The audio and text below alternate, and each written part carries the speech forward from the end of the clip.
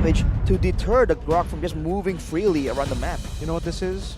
This is Protect Mr. President composition. It's just all peel, except for the Yu Zhang, obviously, who can fly back and deal some damage as well. But yeah, they're really just going to be playing for Nino on this Natan. So they need Nino to pop off. They need to enable Nino this game. Completely different from last game. And now DEWA, they need to make a choice here. They're going to use Carry in the gold lane. Carry versus Natan in the lane? I feel like Carry still has the better trading advantage, because usually, especially with the weakness finder, the Natan can kind of win in the short trades and some poke as well. But if this is gonna be a, you know, like a Brave Smite carry maybe, or Quantum Charge carry, I feel like she can sustain pretty well and kind of deal some damage while exiting from the trade to really come out on top. Agree? We've kind of moved on from the Brave Smite meta of the carry. If he goes Quantum Charge, I honestly feel like it's just a bro lane. Like, there's not really much of bullying, especially if Nino plays the way he did last game, where he was just last hitting these minions on the Roger. He can do the same thing with Natan. Watt always tends to just push his lane, and if he does that, free farm for Natan. And this is it. Ladies and gentlemen, the wings of MPL ID Season 13 are flying high. Will the DEWA dreams be shattered today, ladies and gentlemen, as Alter Ego look to go a full clean sweep 2-0 in game number 2. The last stand about to ensue. Looking at the battle spells, the 2 Purifies in the hands of DEWA, but they're a lot more concerned, and this hints that they want to be a bit more safe, but also that they want to be a bit more aggressive positioning-wise, potentially. With Dixon not having the Vengeance though, not going to be as survivable if he's going in, especially against multiple people. And like we said later on, for the gold lane, I think Carry can do good damage, but also it's very single target heavy. Compared to Natan, it can do it, can output damage to multiple people. So now with the Purify too, this is what we expected, right? If Dixon actually went for the Vengeance, it would be really tough up against this CC from Alter Ego towards the CC of DEWA, which is Dixon, not the crowd control, you know, like differentiate CC and CC. Hey, man, it's tough, man. It's okay.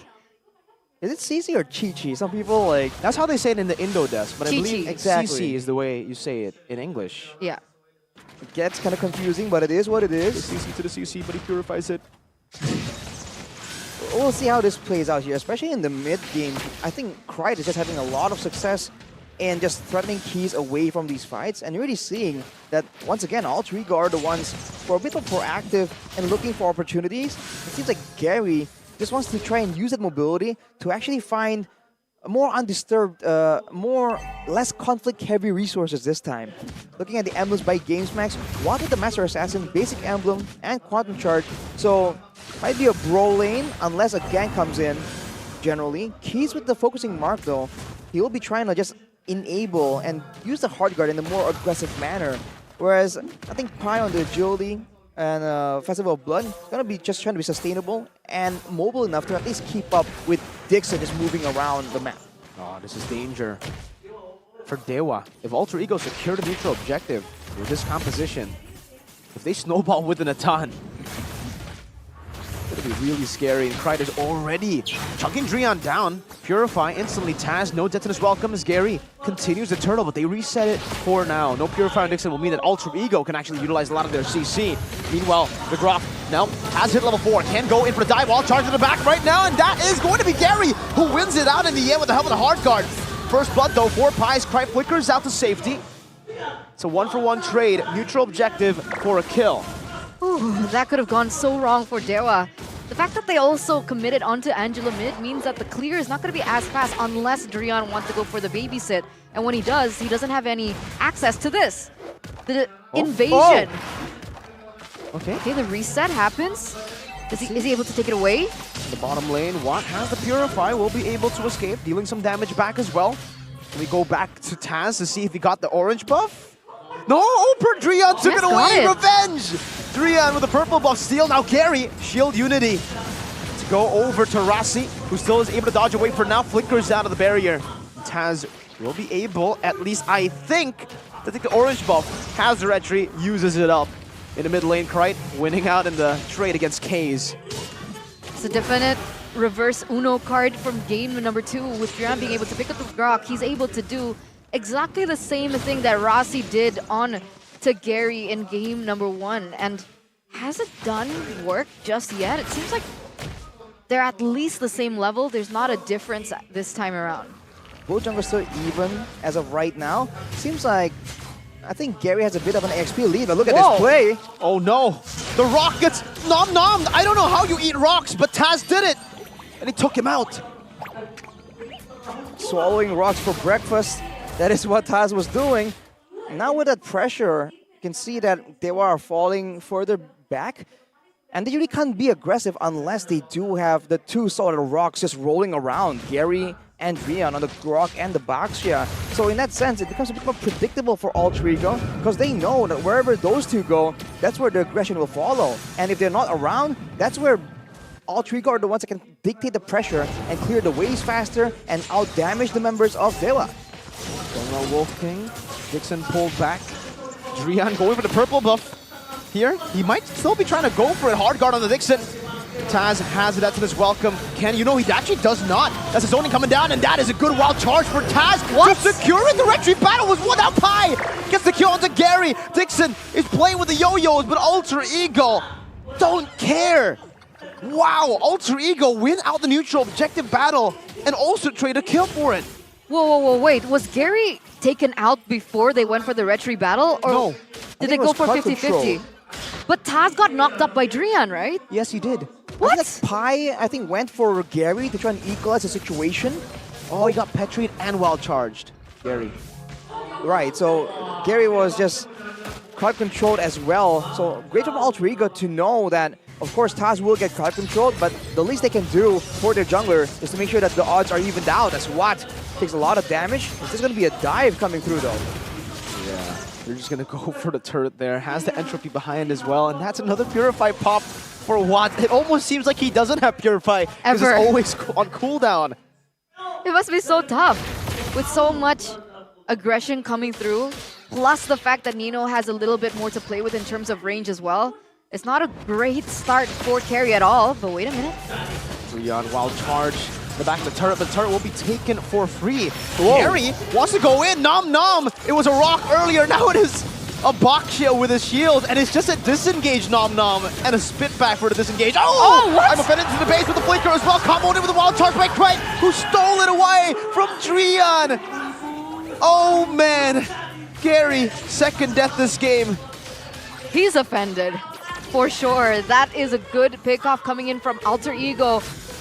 From Rossi on the Ruby. The man knows how to make plays, when to make plays, man. As long as you let him cook. With that play, Nino has secured the Starlium site as well, so expect a bit more burst damage coming in from Alter Ego. They're falling further behind. Man, they really overextended right there, knowing that the hard guard was almost up. They really tried to get something, but they don't have the same kind of engage potential, and now Alter Ego are the ones controlling the turtle pit. Rossi, I'm offended onto Gary. Dixon now walking up. Denton is welcome. Purified instantly with the hard guard still on him. Still looking for an angle. Now as Drian pops in the barrier, but Taz will just retreat it together. Krite always stealing the wild charge to stop Gary from even entering the neutral objective pit. It's been a big problem. They haven't been able to secure anything on the board except for that turtle earlier on. All the rest of the objectives have been given over to Alter Ego. It looked like DEWA United wanted to go for that universal play with the Angela for keys in the bottom side, but even that wasn't been able to find much success as he was quick to be needed to enter that particular team fight. Even though the laners that they're supposed to use as a sort of pressure, Dixon on the CC, not really able to find a lot of 1v1 duels, and he's not really able to find a lot of impact in the middle of these big fights. But look at here, this is a gang coming in from Gary. Furious dive, and he'll be able to outplay this if he uses Black Dragon form, but he does not. Not in time, or was it on cooldown? It was actually on cooldown. Gary now be targeted down by Alter Ego. Rossi with I'm Offended, now pulling Dixon. No, Purify on him, and was baited out by Taz earlier. Wild charge out of the back, but now Nino has the Purify as well. Pops the Entropy, melting everyone. Picking up a double kill, has the Entropy in the back, decides to blink back as well, and Nino still survives in this skirmish. It ends up being 2 for 1 in favor of Alter Ego. That was a big fight with a flush of the Oasis in the hands of the Angela, but it's just not enough to really equalize. Watt tries his best right there to come in from the side and attempt a bit of an assassination towards the prior members of Alter Ego, but he doesn't have nearly enough damage to try and do anything meaningful there.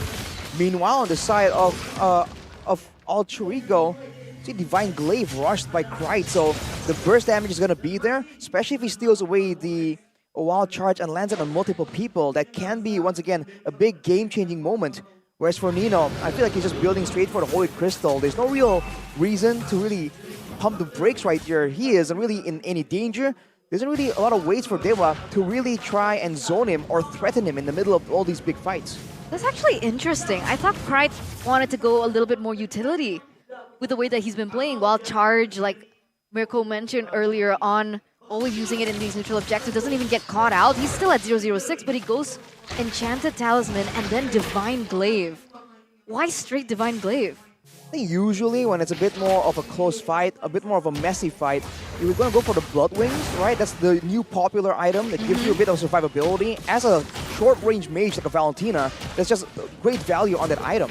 But consider that he isn't the main focus, and he hasn't been focused down by anyone from DEWA, and they don't have a lot of ways to really nuke or chunk someone down. It's all shred damage coming in from Watt, from Gary, from Dixon. He doesn't really feel the danger to go for something that defensive. So Divine Glaive it is to try and shut down and do more damage against all these beefy members that DEWA wants to use as the front line. Man. Holy Crystal, 10th minute. Big power spike for Alter Ego.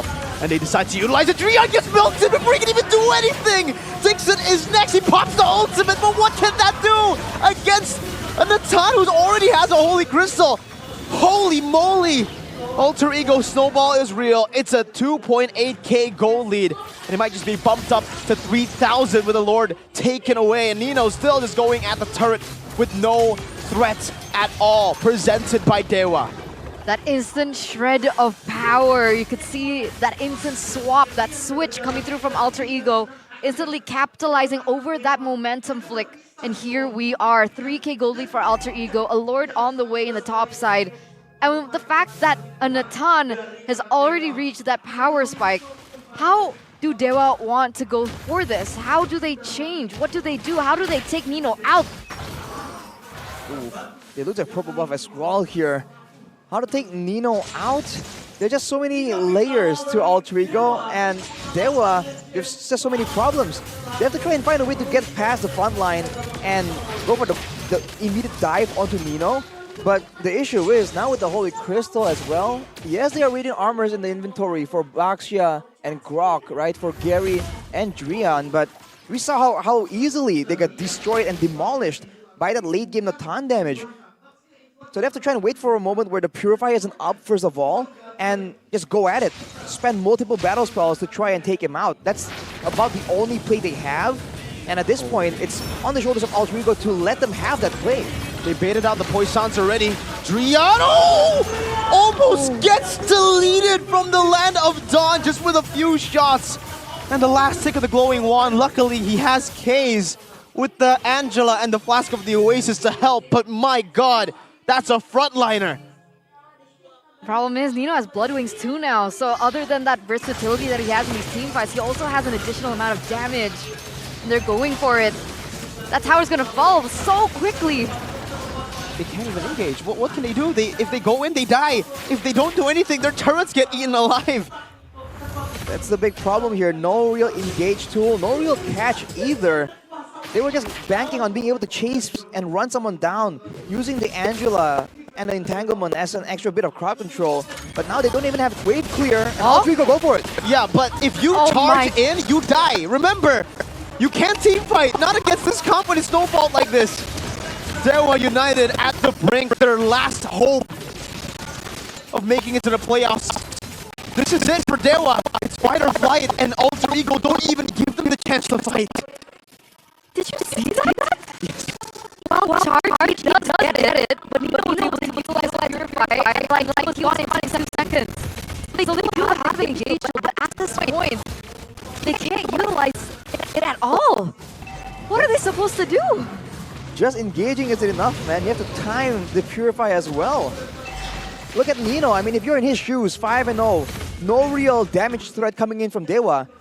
When else would you use the Purify if not for the Wild Charge? That's the only thing he's waiting on. And now, they're going for the Lord. DEWA are trying to find some openings, but it's just too difficult. And they can't even trade damage back. No, they can't. They can't even go for the neutral objective because that's Rasi. 3-man, I'm offended, but Alter Ego, discipline. They don't care. They got the neutral objective and they just back away. They can look for the end with this. DEWA United, a new team to MPL ID Season 13 in their debut. They were able to make it to playoffs. Imagine that. Imagine the instant support corralling behind them from last season.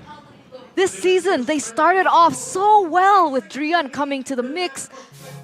A veteran, a Kage, the savior of DEWA in the early stage, but now they're on the brinks of collapse. They're on the brinks of extinction. Taz will get to Detonus. Welcome down, 2-man stun in front as Nino just goes and 3 hits, obliterating everything in his way.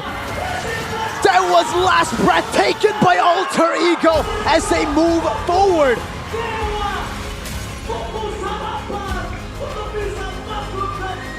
And this is it, ladies and gentlemen.